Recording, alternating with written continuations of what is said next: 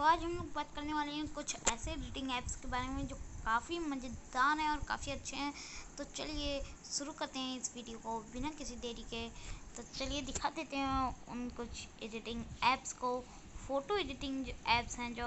और अगर आपको वीडियो एडिटिंग ऐप्स के बारे में लिस्ट चाहिए तो नीचे कमेंट कर दीजिएगा। और अगर आपको चाहिए कि जो है गेम्स की सीरीज़ कौन से गेम अच्छे निकले हैं अगस्त में 2020 के, तो ज़रूर कमेंट करिए। तो चलिए वीडियो को स्टार्ट करते हैं बिना किसी देरी के।